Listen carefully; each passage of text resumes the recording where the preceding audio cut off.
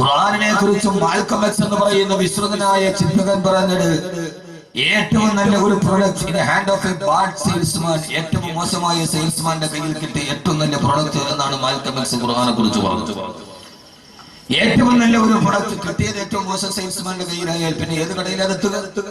ഈ ഖുർആൻ മുസ്ലിമിന്റെ കയ്യിൽ കിട്ടിയത് ക്രൈസ്തവ മതത്തിൽ നിന്ന് ഇസ്ലാമിലേക്ക് ഖുർആൻ പഠിച്ചിട്ട് പരിവർത്തനം എന്ന മാൽക്കം എക്സ് ആണ് പറഞ്ഞത്.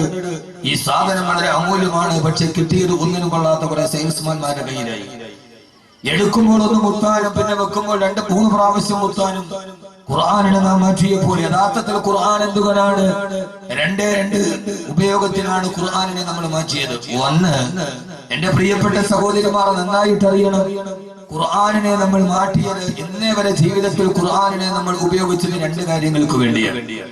ഒന്ന്, സാധാരണ എല്ലാവരും പറയുന്നുണ്ട് മരിക്കുമ്പോൾ ഓതാൻ വേണ്ടി, അത് ഓതണം, ഓതിയ പ്രതിഫലം കിട്ടുക തന്നെ ചെയ്യും, സന്ദേഹമില്ല. പക്ഷേ നമ്മൾ ഖുർആനിനെ സാധാരണ ഉപയോഗിക്കുക, ഒന്ന്, പുതിയ വീട് വെച്ചാൽ ആ വീട്ടിലേക്ക് കയറുന്നതിന്റെ അന്ന് ആദ്യം അവൻ ഖുർആനെ കയ്യിൽ പിടിച്ചിട്ടാ കയറുക. എന്നാൽ ജീവിതത്തിൽ ഇന്നേ വരെ അവൻ ഓതിയിട്ടുണ്ടാവില്ല. പാലുകാച്ച് നടക്കുന്ന സദസ്സിൽ ആദ്യമായി ഒതുണ്ടാകട്ടെ ഇല്ലാതാകട്ടെ വലത് കാല് വെക്കുമ്പോൾ കയ്യിലൊരു ഖുർആൻ ഉണ്ടാകണമെന്ന ഒരു ചടങ്ങിന് വേണ്ടി നമ്മൾ ഖുർആനിനെ മാറ്റി. രണ്ടാമത്, നമ്മളൊക്കെ ഖുർആനിനെ ഉപയോഗിക്കുന്നത് രണ്ടാമത്തെ കാര്യം, ഗൾഫിൽ നിന്ന് ഭർത്താവ് വന്നാൽ അയൽപക്കക്കാരെന്തേലും പറഞ്ഞാൽ ഭാര്യയോട് പറയും ഇതിൽ തൊട്ടിട്ട് സത്യം ചെയ്യും. ഭാര്യയുടെ ചാരിത്രശുദ്ധിയിൽ സംശയം തോന്നിയാൽ ആ സമയത്ത് ഭർത്താവ് ഗൾഫിൽ നിന്നപ്പോൾ പുറം ചാടിയിട്ടുണ്ടോ എന്നറിയാൻ സത്യം ചെയ്യാൻ കഴിയുന്ന ഒരു ഗ്രന്ഥമായി സത്യം ചെയ്യുക. മലബാറിലൊരു വലിയ മക്ബറയുണ്ട്, അവിടെ സത്യം ചെയ്യാൻ ആളുകൾ പോകാറുണ്ട്. അവിടെ പോയി സത്യം ചെയ്താൽ ഉറപ്പാണെന്നാണ് നാട്ടുകാരുടെ വിശ്വാസം. ഒരാളൊരു വലിയ കള്ള കച്ചവടം നടത്തി, അവരോട് പറഞ്ഞു പിറ്റേ ദിവസം നമുക്ക് മക്ബറയിൽ പോയി നീ സത്യം ചെയ്യണം, നീ പറഞ്ഞ സത്യമാണ്. ഇയാൾ എന്ത് ചെയ്തെന്നറിയോ? പിറ്റേ ദിവസം സത്യം ചെയ്യണം ആളുകളുടെ മുമ്പിൽ വെച്ച്. തലേ ദിവസം അവിടെ പോയിട്ട് പറഞ്ഞു അസ്സലാമു അലൈക്കും, മക്ബറയിൽ ചെന്നിട്ട് നാളെ ഞാൻ വന്നിട്ടൊരു സത്യം ചെയ്യും. അത് തെറ്റാ. ഇപ്പൊ പറയുന്നതാണ് കറക്റ്റ്. അപ്പൊ ഇപ്പൊ പറയുന്നതാണ് കറക്റ്റ്, നാളെ ഞാനത് പറയുമെന്ന് തിരിഞ്ഞാണ്ടാക്കണം. യഥാർത്ഥത്തിൽ നമ്മുടെ ദുനിയാവിന് വേണ്ടി നമ്മൾ കറാമത്തിനെയും ഉപയോഗപ്പെടുത്തി, വിലായത്തിനെയും ഉപയോഗപ്പെടുത്തി, ഖുർആനിനെയും ഉപയോഗപ്പെടുത്തി. എനിക്ക് പലപ്പോഴും തോന്നാറുണ്ട് ഖുർആനിലെ 2 ആയത്തുകളാണ് നമുക്ക് പലപ്പോഴും മനഃപ്പാടമുള്ളത്. ഏത് ആളുകളോട് ചോദിച്ചാലും 2 ആയത്ത് എല്ലാവർക്കും മനഃപ്പാടമാണ്. ഒന്ന്, ഇന്നല്ലാഹു യഅ്മുറു ബിൽ അദ്ലി വൽ ഇഹ്സാനി വ ഈതാഇൽ ഖുർബ. കാരണം രണ്ടാമത്തെ ഖുത്ബയിൽ ഖത്തീബ് ഊതുമ്പോഴാണ് സാധാരണ ഹൗദിന്റെ കരയിൽ നിന്ന് സയ്യിദ് ബുഖാരി കാദാബീഡി വലിച്ചിട്ട് അകത്ത് കയറുന്നത്. അങ്ങനെ എല്ലാ വെള്ളിയാഴ്ചയും ഖത്തീബിന്റെ ഖുർആൻ ഖുത്ബ തീർന്നു നിസ്കാരം തുടങ്ങാറായി എന്ന് പീഡികത്തിലിരിക്കുന്നവൻ അറിയാനുള്ള ആയത്താണിത്. രണ്ടാമത്, എല്ലാ പുരുഷന്മാരും കാണാതെ പഠിച്ച മറ്റൊരായത്ത്, ആവശ്യം വന്നാൽ 4 പെണ്ണ് കെട്ടിക്കോ. ഈ ആയത്ത് നമുക്ക് മനഃപ്പാടം. ഇതിന്റെ അപ്പുറത്തേക്ക് അള്ളാഹുവിന്റെ വിശുദ്ധമായ ഖുർആൻ എന്ന പരമാണു മുതൽ പരലോകം വരെ, ആറ്റം മുതൽ ആഖിറം വരെ ലോകത്തോട്ട് പറഞ്ഞു കൊടുത്ത അള്ളാഹുവിന്റെ വിശുദ്ധമായ ഖുർആനിന്റെ ആശയ ആവിഷ്കാരത്തിലൂടെ ഇറങ്ങി നടക്കാൻ നമുക്ക് കഴിയാത്തതാണ്. ജീവിതത്തെ തന്നെ തിരിച്ചറിയാൻ നമുക്ക് കഴിയാതെ പോയത്. അള്ളാഹുവിന്റെ വിശുദ്ധമായ ഖുർആൻ അവതരിപ്പിക്കപ്പെടുമ്പോ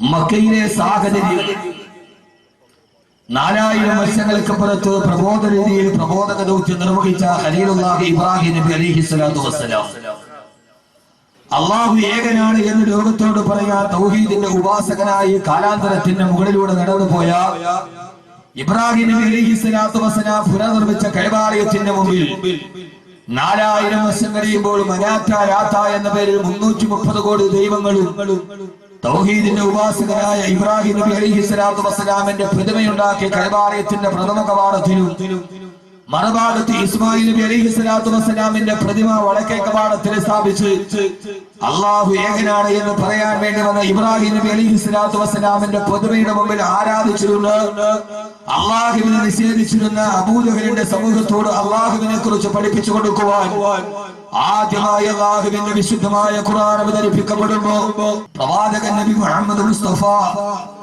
സല്ലല്ലാഹു അലൈഹി വസല്ലം ഹിറാ ഗുഹയിൽ ധ്യാനമഗ്നനായിരിക്കുമ്പോ ആദരവായ റസൂലുള്ളാഹി സ്വല്ലല്ലാഹു അലൈഹി വസല്ലമയുടെ അടുക്കലേക്ക് അള്ളാഹുവിനെ അബൂജഹൽ അള്ളാഹുവിനെ നിഷേധിക്കുന്ന അബൂജഹലിന്റെ ഉത്തുബത്തിന് ശൈബത്തിന് മക്കാ ഖുറൈശികൾക്കും അള്ളാഹുവിനെ പരിചയപ്പെടുത്തുവാൻ വേണ്ടി ആകാശലോകത്തു നിന്ന് ദിവ്യാമൃതം പോലെ ഖുർആൻ അവതരിപ്പിക്കപ്പെടുമ്പോ ആ ഖുർആനിലൂടെ ആകാശലോകത്തു നിന്ന് കടന്നുവന്ന് ദിവ്യബോധനത്തിന്റെ വെളിപാടുമായി കടന്നുവന്ന് റൂഹുൽ അമീൻ മലക്ക് ജിബ്രീൽ അലൈഹിസ്സലാത്തു വസ്സലാം ആദ്യമായി അവതരിപ്പിച്ച പ്രഥമ സൂറത്തേതാ? അല്ലാഹുവിന്റെ ഖുർആനിൽ ആദ്യമായി അവതരിപ്പിക്കപ്പെട്ട ആദ്യത്തെ അധ്യായം ആഖിറത്തെ കുറിച്ചല്ല, സ്വർഗ്ഗലോകത്തെ കുറിച്ചല്ല, നരകത്തെ കുറിച്ചല്ല, മീസാനിനെ കുറിച്ചല്ല, സിറാത്തിനെ കുറിച്ചല്ല.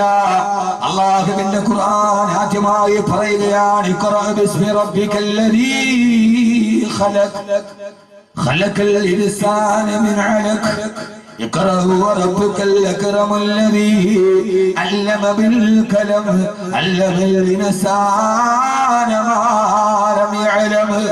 ആദ്യമായി ഖുർആൻ അവതരിപ്പിക്കപ്പെടുമ്പോൾ വിശുദ്ധമായ ഖുർആൻ പേരെടുത്ത് പരാമർശിച്ച ആദ്യത്തെ വസ്തു ഏതാ?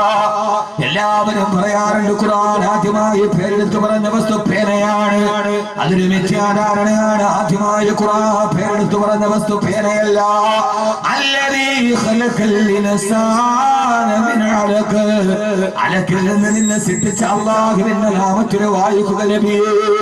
ഏകനായ അല്ലാഹുവിനെ പരിചയപ്പെടുത്തുമ്പോൾ വഹദാനിയത്തിന്റെ ഉബൂദിയത്തിന്റെ റുബൂബിയത്തിന്റെ അടയാളമായ അല്ലാഹുവിനെ അബൂജഹലിന്റെ മുമ്പിൽ പരിചയപ്പെടുത്തുമ്പോ അല്ലാഹുവിന്റെ ഖുർആൻ പറഞ്ഞ് കണ്ണുകൊണ്ടിട്ട് മുകളിലോട്ട് നോക്കിയാൽ കാണുന്ന ആകാശത്തെ പടച്ച റബ്ബെന്നല്ല, ഭൂമിയെ പടച്ച റബ്ബെന്നല്ല, അബൂജഹലേ ഈ കാണുന്ന മഹാസമുദ്രത്തെ പടച്ച റബ്ബെന്നല്ല, അല്ലാഹുവിനെ പരിചയപ്പെടുത്താൻ ആദ്യമായി ഖുർആൻ പറഞ്ഞ വിശേഷണ പദം അല്ലദീ ഖലഖൽ ഇൻസാന മിൻ അലഖ്. യഥാർത്ഥത്തിൽ ഖുർആൻ ആദ്യം പേരെടുത്ത് പറഞ്ഞ വസ്തു പേനയല്ല. അത് ആളുകൾ വെറുതെ ഇങ്ങനെ സാക്ഷരത സാക്ഷരത എന്ന് പറഞ്ഞിട്ട് പറഞ്ഞു ഒരു ജാരിയായ സദഖ പോലെ ഒരു ജാരിയായ ഖത്തറാണ്. യഥാർത്ഥത്തിൽ ആദ്യം പറഞ്ഞ സാധനം ഖുർആൻ പേരെടുത്ത് പറഞ്ഞ സാധനം അലഖ്. അബൂജഹലിനോട് വേണമെങ്കിൽ പറയാം, അബൂജഹലെ കണ്ണു തുറന്ന് നോക്കിയാൽ കാണുന്ന ഈ ആകാശത്തെ സൃഷ്ടിച്ച അല്ലാഹ് പറയാം, ഭൂമിയെ സൃഷ്ടിച്ച അല്ലാഹ് പറയാം, ഈ പർവ്വതനിരകളെ സൃഷ്ടിച്ച അല്ലാഹ് പറയാം. ഇല്ല, ഇന്നേ വരെ ഒരു മനുഷ്യൻ കണ്ണുകൊണ്ട് കാണാത്ത ഒരു വസ്തുവിനെയാണ് അല്ലാഹു ആദ്യം ഖുർആനിൽ പറഞ്ഞ അലഖ്. അലഖ് എന്ന് പറഞ്ഞാൽ അതിന്റെ അർത്ഥം നമുക്ക് എല്ലാവർക്കും അറിയാം. ഡോക്ടർമാരോട് പറഞ്ഞാൽ പറയും ദ സംതിങ് വിച്ച് ഈസ് ക്ലിംഗിങ്, കടിച്ച് പിടിച്ച് തൂങ്ങിക്കിടക്കുന്ന ഒരു സാധനം. അള്ളാഹുടെ ഖുർആന്റെ മോചിതത്ത് നിങ്ങളൊന്ന് ആലോചിച്ച് നോക്കി. അലക്ക് എന്ന് പറഞ്ഞാൽ 120 ദിവസം ഉമ്മാന്റെ ഗർഭാശയത്തിന്റെ ഉള്ളിൽ പ്രായമായ ഒരു ശിശുവിന്റെ അവസ്ഥയ്ക്കാണ് അലക്കെന്ന് പറയുന്നത്. മനസ്സിലായോ?